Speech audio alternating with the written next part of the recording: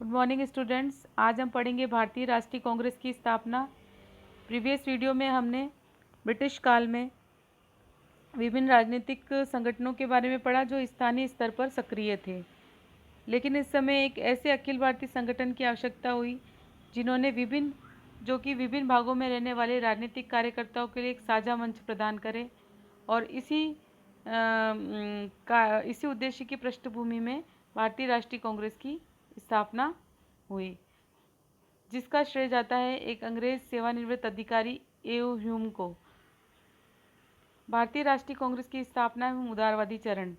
1883 ईस्वी में ए. ह्यूम के प्रयासों से अखिल भारतीय कॉन्फ्रेंस का आयोजन हुआ। 1884 ईस्वी में इंडियन नेशनल यूनियन नामक एक संस्था का गठन हुआ और 1885 ईस्वी में इस संस्था का नाम बदलकर इंडियन नेशनल कांग्रेस या भारतीय राष्ट्रीय कांग्रेस रख दिया गया, जिसका प्रथम अधिवेशन बम्बई में दिसंबर 1885 में हुआ और इसकी अध्यक्षता की थी व्योमेश चंद्र बैनर्जी ने। इसमें विभिन्न कार्यकर्ताओं ने, प्रमुख शहरों के प्रतिनिधियों ने भाग लिया, जिसमें 72 सदस्य थे। इसके बाद कांग्रेस का वार्षिक अधिवेशन प्रतिवर्ष होने लगा।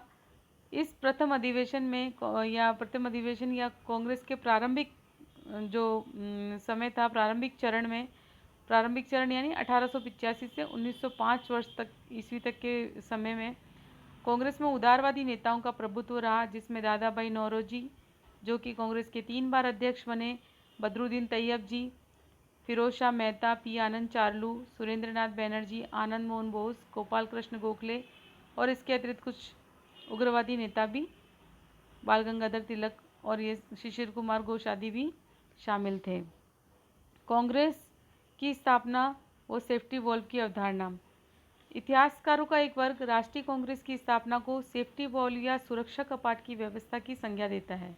उनका मत है कि कांग्रेस की स्थापना एक सेफ्टी वॉल्व के रूप में की गई थी, ताकि अंग्रेजी शासन के प्रति बढ़ते हुए असंतोष की शांतिपूर्ण निकासी हो सके और आकस्मिक विद्रोह की संभावना को निर्मूल किया जा सके, इसलिए कांग्रेस की स्थापना की गई।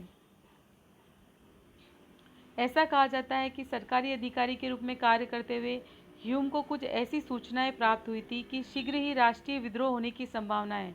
यदि कांग्रेस का गठन हो जाए तो वो जनता की दबी हुई भावनाओं और उद्गारों को बाहर निकालने का अवसर प्रदान करने वाली संस्था सिद्ध होगी, जो ब्रिटिश सरकार को किसी प्रकार की हानि होने से बचाएगी। इसलिए ह्यूम ने भारत के तत्कालीन वायसराय लॉर्ड डफरिन से अनुरोध किया कि वह कांग्रेस की स्थापना में किसी तरह की रुकावट पैदा न करे। हालांकि भारत के आधुनिक इतिहासकारों में सेफ्टी वॉल्व की अवधारणा को लेकर मत एक के नहीं है। इतिहासकार का एक अलग वर्ग इस अवधारणा को नहीं मानता। उसके अनुसार कांग्रेस की स्थापना भारतीयों में आई राजनीतिक चेतना का परिणाम था। तो इसे हम देखते हैं कि कांग्रेस की सेफ्टी वॉल्व की अवधारणा के पीछे जो इतिहासकार तर्क देते हैं, उसका औचित्य सिद्ध करने के लिए उनके तर्क हैं कि ए ह्यूम की व्यक्तिगत रुचि थी। ए ह्यूम को पता था कि उसको कुछ सूचनाएं ऐसी प्राप्त हुई थी कि राष्ट्रीय विद्रोह होने वाला है, इसलिए उन्होंने कांग्रेस की स्थापना की। दूसरा, राष्ट्रीय असंतोष की शांतिपूर्ण निकासी का माध्यम के रूप में कांग्रेस की स्थापना की गई, ताकि आकस्मिक विस्फोट की संभावना को निर्मूल किया जा सके। तीसरा, हम कांग्रेस के प्रारंभिक चरण में उदारवादी नीतियों का अनुसरण देखते हैं कि किस प्रकार से अनुनय विनय और प्रार्थना की नीति के माध्यम से ब्रिटिश सरकार से के समक्ष अपनी मांगें रखी जाती है। लेकिन वास्तविक पृष्ठभूमि क्या थी? यह वास्तव में कांग्रेस की स्थापना भारतीयों में आई राजनीतिक चेतना का परिणाम थी। हमने देखा था पहले भी राजनीतिक संगठन स्थापित हो चुके थे और उन राजनीतिक संगठनों में समन्वय, समग्रता स्थापित करने और राष्ट्रीय नेताओं को साझा मंच प्रदान करने की आवश्यकता थी, और इसी के लिए अखिल भारतीय संगठन कांग्रेस की नींव रखी गई।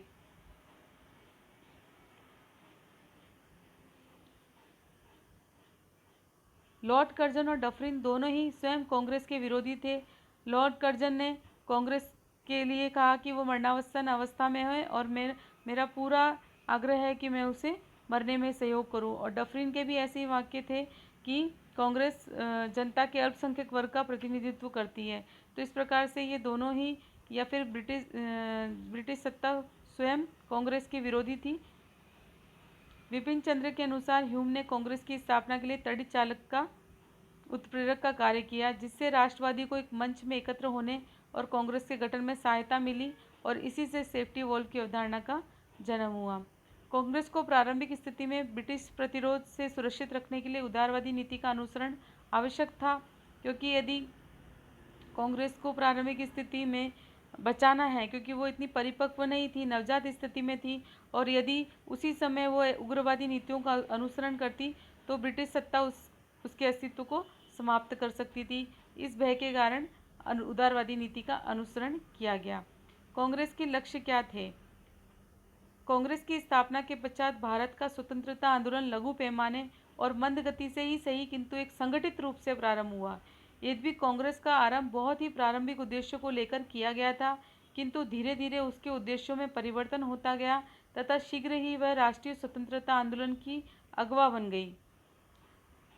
प्रारंभिक चरण में भारतीय राष्ट्रीय कांग्रेस के उद्देश्य निम्नलिखित थे, जैसे लोकतांत्रिक राष्ट्रवादी आंदोलन चलाना, दूसरा भारतीयों को राजनीतिक लक्ष्यों से परिचित करवाना, तीसरा भारतीयों में राजनीतिक शिक्षा और जागृति लाने के प्रयास करना, आंदोलन के लिए मुख्यालय की स्थापना करना, देश के विभिन्न भागों के राजनीतिक नेताओं तथा कार्यकर्ताओं के मध्य मैत्रीपूर्ण संबंधों की स्थापना को प्रोत्साहित करना, उपनिवेशवादी विरोधी विचारधारा को प्रोत्साहन और समर्थन, एक सामान्य आर्थिक और राजनीतिक कार्यक्रम हेतु देशवासियों को एकमत करना, लोगों की जाति, धर्म एवं प्रांतीयता की भावना से ऊपर उठकर उनमें एक राष्ट्रवादी अनुभव को जागृत करना, भारतीय राष्ट्रवादी भावना को प्रोत्साहन और उसका प्रसार करना। इस प्रकार से कांग्रेस के उद्देश्य राजनीतिक जागृति और राजनीतिक एकता स्थापित करने से संबंधित थे। कांग्रेस का प्रथम चरण 1885 से 1905। कांग्रेस के प्रथम चरण में राष्ट्रीय आंदोलन का नेतृत्व उदारवादियों के हाथ में था। प्रमुख नेता मैंने पहले भी आपको बता दिए हैं। उदारवादी उपागम की क्या विधियां थी? ये करते थे अहिंसक और संवैधानिक प्रदर्शन करते थे, संविधान या कानून के दायरे में रहकर प्रदर्शन, जिससे कि क्रमबद्ध राजनीतिक विकास हुआ। अंग्रेजों की नीतियों को उनकी भारतीय समाज की प्रकृति से अनभिज्ञता का परिणाम मानते थे। उनका मानना था कि अंग्रेजों की नीतियां भारतीयों के हित में है, लेकिन चूंकि अंग्रेज भारतीय समाज की प्रकृति से अनभिज्ञ हैं, इसलिए वो सही निर्णय नहीं ले पाते। धीरे धीरे अनुरोध के माध्यम से लक्ष्यों की प्राप्ति के समर्थक थे। उदारवादी नीति के उद्देश्य क्या थे? एक तो था भारतीयों में राष्ट्र प्रेम चेतना जागृत कर राजनीतिक मुद्दों पर उन्हें शिक्षित करना, उनमें एकता स्थापित करना, और दूसरा था ब्रिटिश जनमत और ब्रिटिश सरकार को अपने पक्ष में कर भारत में सुधारों की प्रक्रिया प्रारंभ करना। इसके लिए उन्होंने निम्न विधियां अपनाई, जैसे प्रार्थना पत्र, याचिका, अनुनय विनय, संवैधानिक प्रदर्शन, अहिंसक प्रतिरोध, विदेशों में भारतीय पक्ष का समर्थन। ब्रिटिश सत्ता की विद्वता में विश्वास था उन्हें कि ब्रिटिश सत्ता भारतीयों के साथ बुरा नहीं होने देगी। आर्थिक राष्ट्रवाद को प्रोत्साहन दिया इन्होंने, जैसे इन्होंने धन के निकासी का सिद्धांत दिया दादा भाई नौरोजी ने, कि किस प्रकार से भारत का धन, आर्थिक शोषण भारतीयों का हो रहा है और धन ब्रिटेन जा रहा है। भू राजस्व में कर्मी करने की मांग करी, नमक कर का उन्मूलन करने की मांग, बागान श्रमिकों की दशा सुधारने और सैन्य खर्च में कटौती करने की मांग इन्होंने की। फिर इनका महत्वपूर्ण कार्य था संवैधानिक सुधारों की मांग करना। सामान्य प्रशासनिक सुधार हेतु उदारवादियों के प्रयास रहे। क्या क्या प्रयास थे हम देखेंगे। सरकारी सेवाओं के भारतीकरण की मांग की इन्होंने, न्यायपालिका का कार्यपालिका से पृथक्करण की मांग, आक्रामक विदेश नीति की आलोचना की, जैसे बर्मा अफगानिस्तान के साथ ब्रिटिश सत्ता ने यूज़ की थी। फिर विभिन्न कल्याणकारी मदों यथा स्वास्थ्य, स्वच्छता इत्यादि में ज़्यादा व्यय की मांग की। भारतीय मजदूरों की दशा में सुधार, अत्याचार और जातीय उत्पीड़न को रोकने की अपील की और नागरिक अधिकारों की सुरक्षा की मांग की। इस प्रकार प्रारंभिक राष्ट्रवादियों के कार्यों का मूल्यांकन। सकारात्मक पक्ष क्या थे? इन्होंने भारत की राजनीति को प्रारंभिक सुयोग्य नेतृत्व प्रदान किया। साझा हित पर इन्होंने सहमति बनाई, संपूर्ण देश को एकता के सूत्र में बांधा। राजनीतिक जागृति इन्होंने भारतीयों में विकसित करने का प्रयास किया। आर्थिक राष्ट्रवाद को प्रोत्साहन दिया। इन्होंने बताया कि किस प्रकार से ब्रिटिश कुत्सित नीतियों ने भारत को सोने की चिड़िया कहलाने वाले देश को बदहाली की स्थिति में ला दिया और किस प्रकार से भारत का धन ब्रिटेन में जा रहा है और ब्रिटेन से फिर वो लोन के रूप में भारत में आ रहा है। राष्ट्रवाद और लोकतांत्रिक विचारों और समान राजनीतिक आर्थिक कार्यक्रमों को विकसित किया और भारत से बाहर यानी ब्रिटिश जनमत को भारत के पक्ष में प्रभावित किया। पर इनकी नकारात्मक पक्ष क्या थे? ब्रिटिश शासन की विद्वता और लोकप्रियता में विश्वास करना। उन्हें ब्रिटिश शासन के वास्तविक चरित्र से अनभिज्ञ थे। ये बार बार अनुनय विनय करते रहे, जिससे भारतीय आत्मसम्मान को आघात पहुंचा। जनसाधारण की भूमिका को इन्होंने सीमित रखना चाहा। इन्होंने सोचा कि भारत उस समय इतना शिक्षित नहीं था, उनमें इतनी राजनीतिक जागृति नहीं थी और भारत कई धर्मों और वर्गों में बटा हुआ था, इसलिए जनसाधारण को इन्होंने आंदोलन से नहीं जोड़ा, जो कि इनकी बहुत बड़ी भूल थी, कमी थी। और ये ज़्यादातर उच्च मध्यम वर्ग का प्रभुत्व इस समय था। तो इस प्रकार से कह सकते हैं कि बहुत सारे नकारात्मक पक्ष भी थे, लेकिन चूंकि नवजात कांग्रेस को इन्होंने अपना नेतृत्व प्रदान किया था और एक संगठित राष्ट्रीय आंदोलन की शुरुआत हुई थी, इसलिए इनके महत्व को कम नहीं आंका जा सकता। धन्यवाद।